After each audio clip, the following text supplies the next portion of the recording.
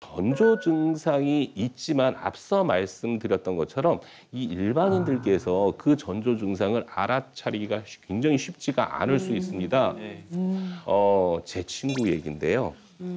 제 고등학교 동창이었는데 이 친구는 결혼을 늦게 한 거예요. 그래가지고 이제 늦게 어렵게 아이를 가졌는데 돌잔치를 한다고 이제 연락이 온 거예요. 근데 안타깝게도 제가 이제 응급실에서 일을 하다 보니까 주말에 이제 당직이 껴가지고 가지를 못한 거예요. 새벽에 갑자기 119에서 전화가 온 거예요. 어떤 남성 한 분이 심정지가 와가지고 심폐소생술을 하면서 지금 응급실로 오고 있다고요. 딱 보는 순간 저도 놀랐어요. 그 친구였던 거예요. 아이고. 근데 네, 맞습니다. 근데 드라마같다. 이미 그 친구는 심정지가 온 지가 굉장히 오래된 상태여가지고요. 제 손으로 이제 사망 선언을 했던 그런 경험이 있는데요. 그렇죠. 근데 얘기를 나중에 들어보니까 최근에 계속 속이 좀 쓰리고 아파가지고 뭐 이제 돌잔치가 끝나고 내시경을 예약을 해놨었다라고 하더라고요. 그런데 이제 그 친구가 돌잔치 끝나고서 피곤하다고 잠을 자러 들어갔는데 아침에 새벽에 이제 일을 가야 되는데 일어나지 않으니까 와이프가 깨웠는데 일어나지 않아서 119에 신고해서 왔다고 하더라고요. 안타깝네요. 아까 근데 선생님 말씀 중에 친구분 증상이 속이 네. 아프다고 했다고 하셨잖아요. 네. 근데 심근경색이라고 해서 꼭 심장 쪽이 아픈 거는 아닌가 봐요. 네, 맞습니다. 흔히 심근경색의 증상으로 알고 계신 것들이 30분 이상 흉통이 지속이 되거나 뭐 가슴을 쥐어짜는 듯한 아주 극심한 통증이라고 알고 계시는데요. 문제는 연관통이라고 해서 가슴 쪽이 아니라 그와 연관된 다른 부위가 아픈 경우도 상당히 많다라는 데 있습니다.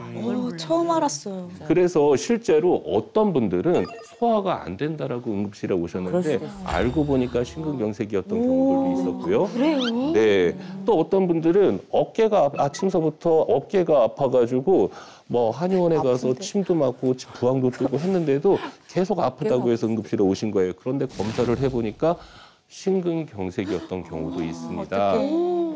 갑자기 평소에 경험해보지 못했던 어떤 통증이 발생했다면 응급실에 빨리 오셔서 최소한 심전도라도 한 번쯤은 확인해 보시는 거를 저는 추천을 하고 있습니다. 그래서 아까 말씀하셨던 것처럼 응급실하고 친해져야 해요.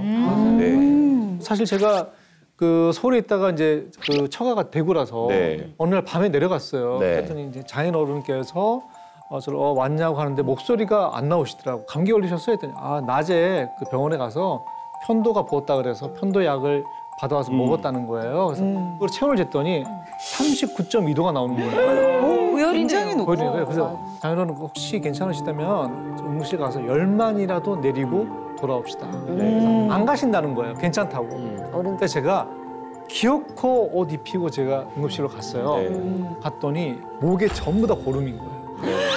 그리고 기도가 진짜 간당간당하게 이렇게 뚫려 있는 거예요. 무슨 일이에요? 그래서 이게 그 39도면 대부분 그냥 해열제 먹고 내려가겠지. 그렇죠. 아유 그냥 뭐 좀 어디가 좀 많이 아픈가 보다 이렇게 생각. 그리고 넘긴다는 거예요. 병원에서 교수님 하신 말씀이 그때 넘기셔서 아침에 왔다면 아마 돌아가셨을 거다.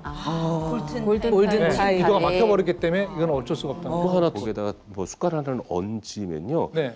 그게 심근경색으로 연결이 될 수도 있어요. 진짜요? 네, 맞습니다. 그런 것도요. 왜냐하면 이쪽이 심장 주머니하고 같이 연결이 좀 되어 있어서요.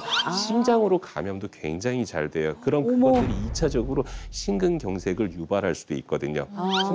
그렇기 때문에 아까 말씀드렸던 것처럼 본인이 이상하다라고 생각하고 그러면 병원에 오셔서 전문의의 그런 어떤 꼼꼼한 진찰을 한번 받아보시는 것들이 정말 중요합니다.